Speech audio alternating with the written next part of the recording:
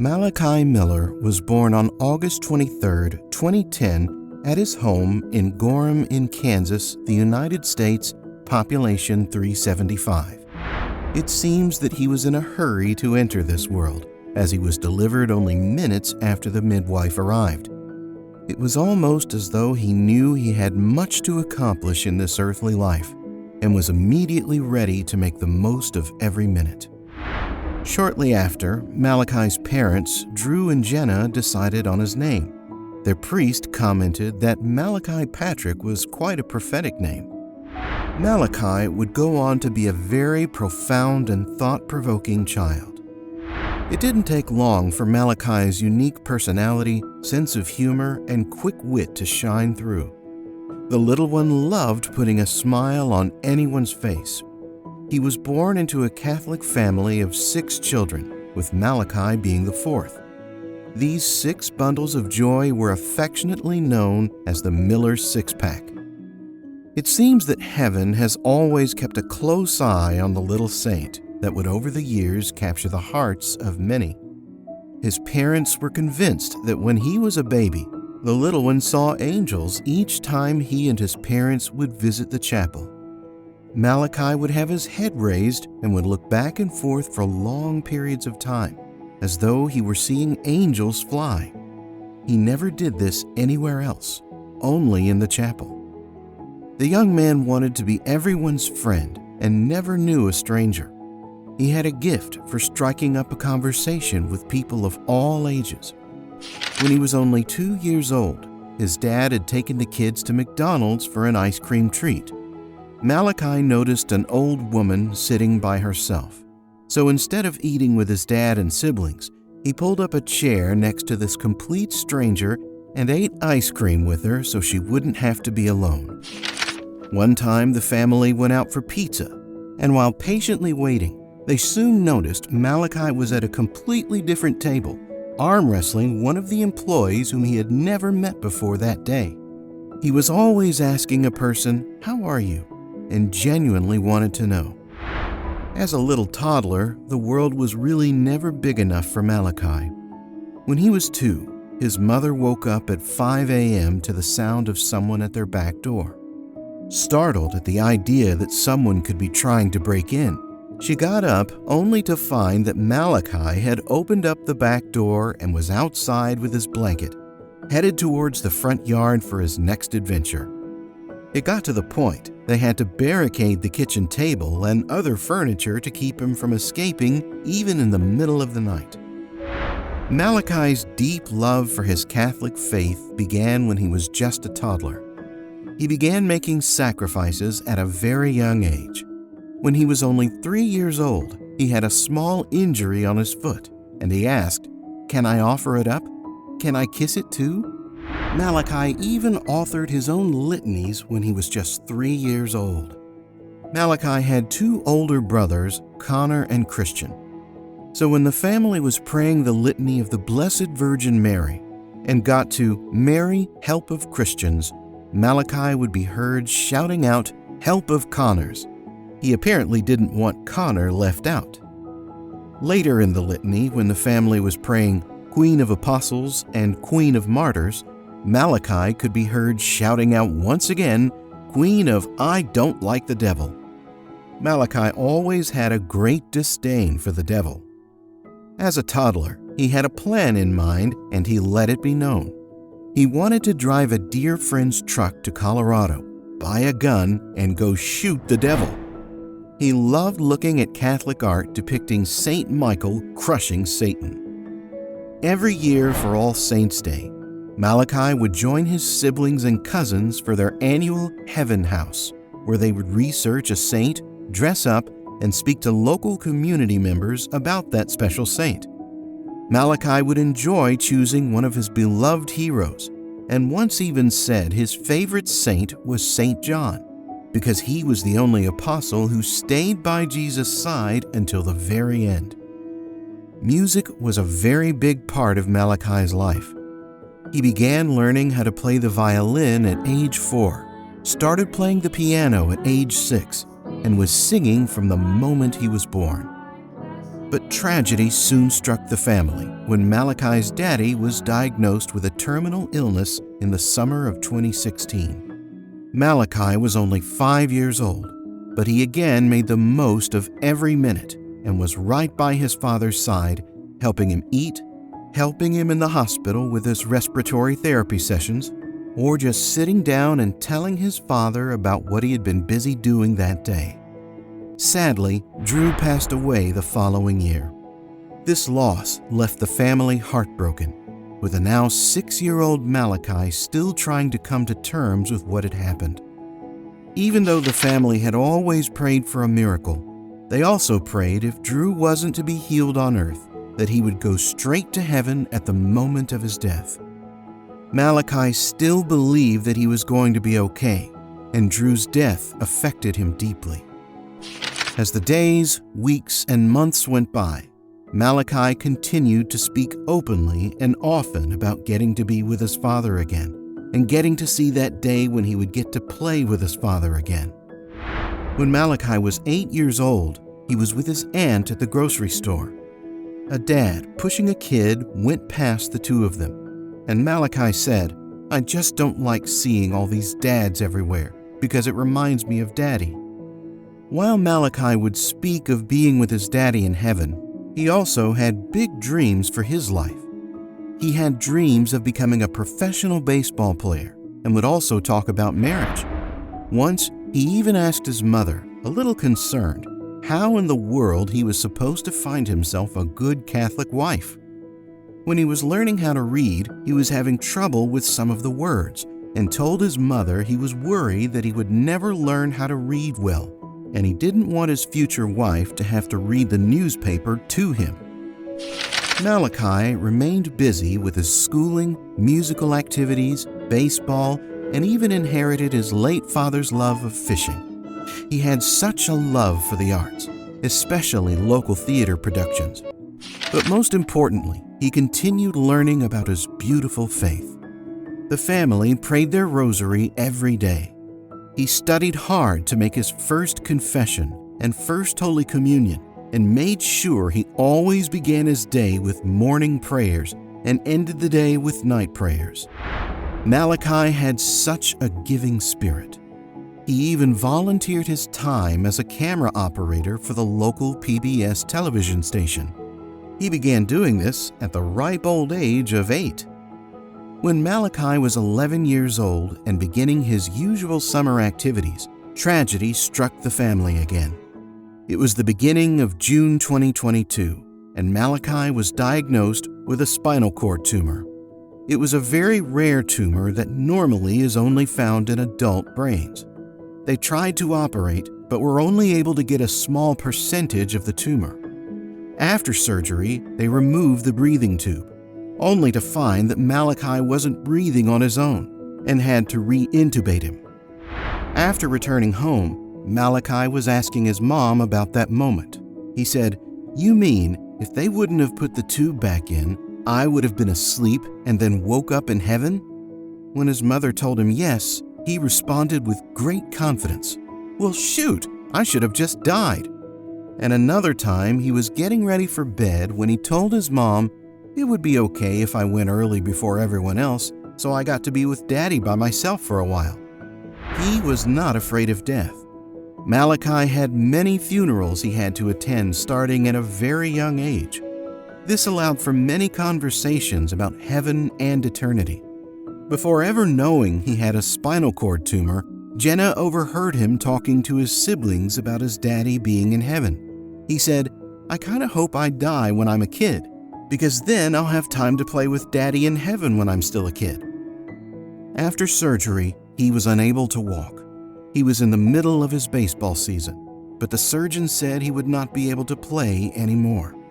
This is where the little one asked his grandmother to pray for him, and amazingly, 2.5 weeks after surgery, Malachi was back out on the baseball field and was even more determined than ever.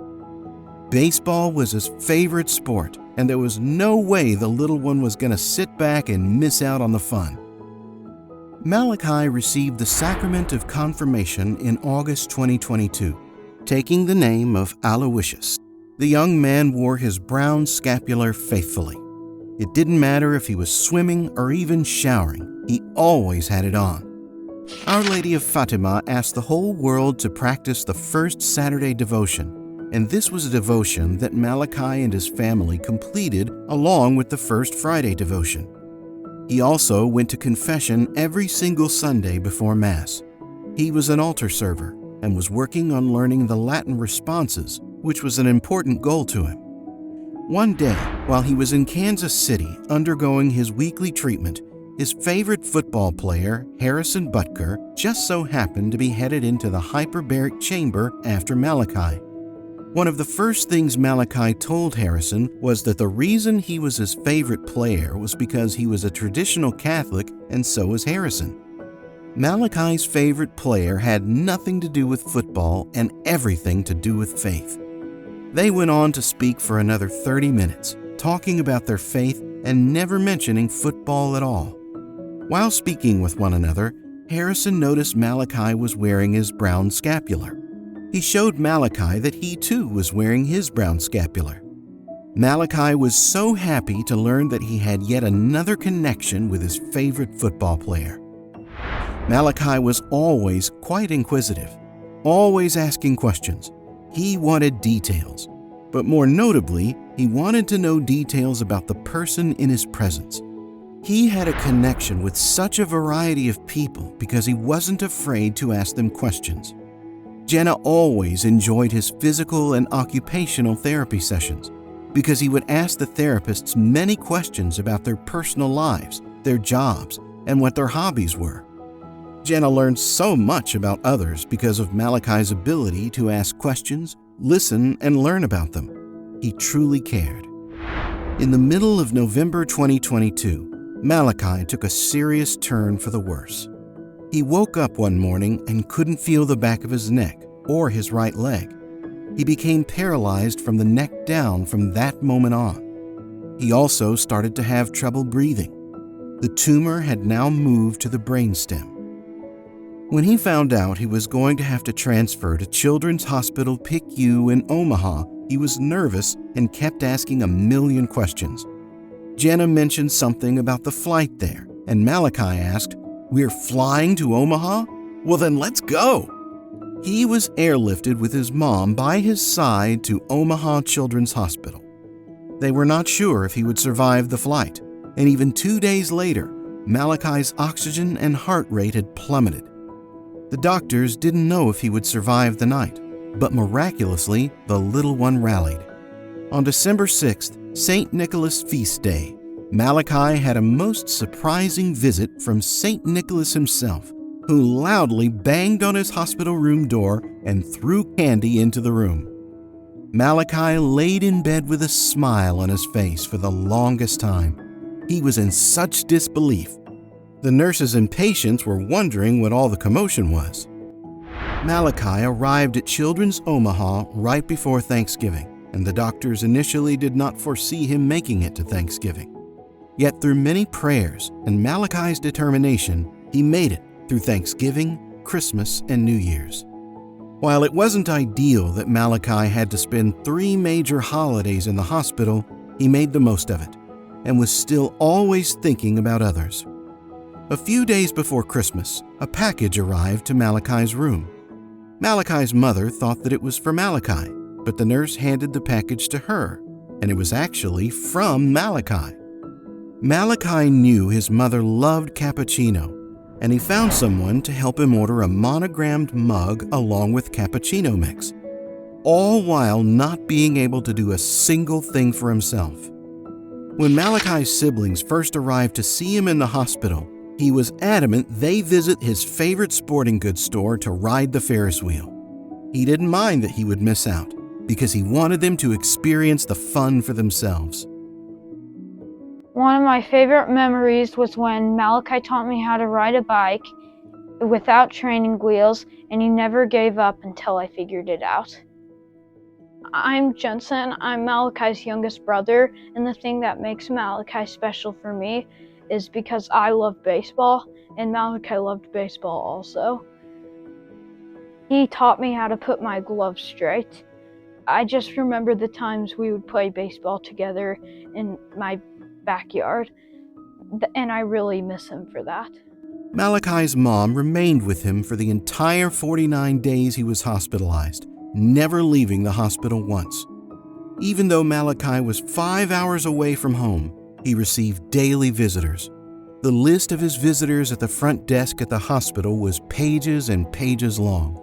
Family members, priests, nuns, and people from the church that he had never even met would come to visit, pray for, sing Christmas carols, or just to be present with the living saint. Malachi loved to make people laugh. He had a great sense of humor and was always rather clever. It didn't matter that he had a trachea tube inserted, which took his voice away for a period of time. He was always wondering what comedy act he could do next. Something that, once again, he never lost. While in Omaha, he had a serious infection and was spiking a 105-degree temperature. The nurse was getting very concerned and went to go fetch the doctor. When she left the room, Malachi told his mom he was going to play a little trick on the nurse, and when she came back in, he would pretend that he was dead. His mother told him absolutely not. Just the thought of playing that trick on the nurse made Malachi lay there with an ornery smile on his face. Bishop Pivarunas did not miss one day while Malachi was hospitalized. Bishop always made time to be with him. Malachi was able to receive many blessings, including the apostolic blessing and extreme unction. Malachi became the favorite patient throughout the hospital. One of the janitors would always ask Jenna, "How is he?" And on Christmas, this sweet man personally gifted Malachi a box of Christmas candy. The staff fell in love with him. Doctors, nurses, security officers, receptionists, custodians, and cafeteria employees. It seemed as though everyone in the hospital knew of and was inspired by Malachi. They were willing to do anything for this brave soul who was filled with so much faith. A team of nurses even took him on a run while he was in his hospital bed. The Make-A-Wish Foundation reached out to Jenna not long after they arrived to the hospital in Omaha and told Malachi he qualified for this once-in-a-lifetime opportunity and to get working on his one true wish. After serious thought, Malachi wished for a girl Shih Tzu puppy. About a week after making his wish, the foundation reached out to Jenna and told her that she wasn't going to believe it, but about 2 weeks prior to Malachi's wish, a Shih Tzu breeder in Missouri had reached out to Make-A-Wish and said she had a puppy she wanted to donate to the foundation. There were 2 males and only 1 female left in the litter. Out of all the hundreds of breeds of dogs in the world, and the exact one Malachi wanted was waiting for him all along. Malachi named his new puppy Agnes. Even though the doctors never thought he would make it home, after 49 days in the hospital, Malachi was miraculously back in Gorham. The day after Malachi returned home, his Make-A-Wish came true. From the moment Malachi's new furry friend Agnes came into the Miller home, she immediately knew what her job was. She licked and licked Malachi's face and brought joy, happiness, and smiles to Malachi and his entire family. Agnes was only a puppy, but she had no desire to leave Malachi's side from the very start. Even though Malachi was paralyzed, on a trach, and a ventilator, the boy radiated joy. He would sing, he would be silly, crack jokes, and he would pray. He went from being an extremely active boy, never one to sit idle, to not being able to do a thing for himself. And even though he was paralyzed, not breathing on his own, felt pain and discomfort, he didn't complain. He didn't pity himself. All the Miller animals were beyond excited to have Malachi home as well. One of the family dogs would jump on the hospital bed and bring gifts to Malachi, whether it be a toy or a sock or anything found on the living room floor. Even the animals sensed what a special boy this was. I'm Janessa, and I'm Malachi's only sister. We were only 18 months apart, so I didn't know life without him. When he was born, everyone was worried that I would be so jealous because I was such a mama's girl, but I instantly fell in love and loved him to pieces. Growing up, we had so much fun together, and sometimes we would even get into a little trouble. which was usually my fault, but it was a lot of memories that we made. Once he made it home from Omaha, we spent a lot of time talking while he was in his bed. I would ride his hoverboard for entertainment in our living room, and we would visit about all our memories we had together. I'm so happy I'll always have these memories to cherish. Malachi knew his condition was serious, but he always had hope that everything would be okay. Sometimes Malachi would even joke about death. He once told his Aunt Mary Jo, "I just want to know how many people will be crying at my funeral." And after he got home from the hospital and I went to visit him, he had the trach so he couldn't talk, but he would click, and that's how he got his mom's attention. And she said, "You want the trach down?" And he kind of indicated with his eyes, yes. So she took the trach down, and this is during Lent. And now he could talk without the trach. And he said, "Bishop, what do you think I should give up for Lent?" And I just said, "Malachi, you can't even scratch your nose. You can't move. Everything has to be done for you. I think you got plenty to offer up. This is just," I said, "you have already a heavy cross. Offer it up patiently. You can be drawing down many graces for the conversion of sinners." But he was good with that. He was really good with that. He was always thinking of others, even when he was bedbound. One Sunday, he commanded that his mom go and visit a family friend who was in her 90s and had little to no visitors. He knew she would be lonely, and the thought of that broke his heart. His mother did not want to leave Malachi, but did so because he was so worried about this elderly woman being alone and sad. Malachi was a pretty philosophical kid long before he was ever diagnosed, but he could also get overly frustrated if things weren't necessarily going his way or quite right, or if he was having difficulty with his schoolwork or whatnot. And I worried that that would all be elevated once he was diagnosed with a tumor after surgery, especially after he was paralyzed. But instead, ironically, the very opposite happened, and the frustration left. It was replaced with patience and acceptance, and he was very resigned, and he accepted that life had just really thrown him a huge curveball. And Malachi did talk openly about dying, but death wasn't always on his mind. He often, even after he was diagnosed, he often talked about his future marriage, and he even spoke about becoming a priest. And before surgery, he had lost some function in his right arm. After surgery, he took a few steps backwards, unfortunately, and he lost not complete function in his right arm, but a lot, and a lot more. And he came to me one day really concerned, and I could tell that the wheels in his mind were turning and something was bothering him. And he asked me what he was supposed to do if he became a priest and he couldn't use his right arm to hold up the Blessed Sacrament during the consecration of the Mass. So I knew that he was, not only accepting of the possible death, his future death, but also he had a lot of hope for the future. And through all of the sufferings and pain that he endured, he always held very tight to his faith. And one night in particular, it had been a pretty tough day. We were back home, but he was confined to his hospital bed. He couldn't move. He was completely at the mercy of other people. He had been in a lot of pain, and I could hear him say audibly, "Okay, God, I think that's enough suffering for the day." And he had been so willingly offering up so many sacrifices, but in that moment, he was speaking to God as though he was a very dear friend, somebody that he could say anything to. And that was a huge comfort for me as a mom, hearing him being so open to God. And that was the kind of relationship he had with him. He lived through so many sufferings, but was cheerful and could often be heard praying out loud from the confines of his hospital bed. When he questioned what the future now looked like for him, he said, "I guess that's just when I have to say, 'Thy will be done.'"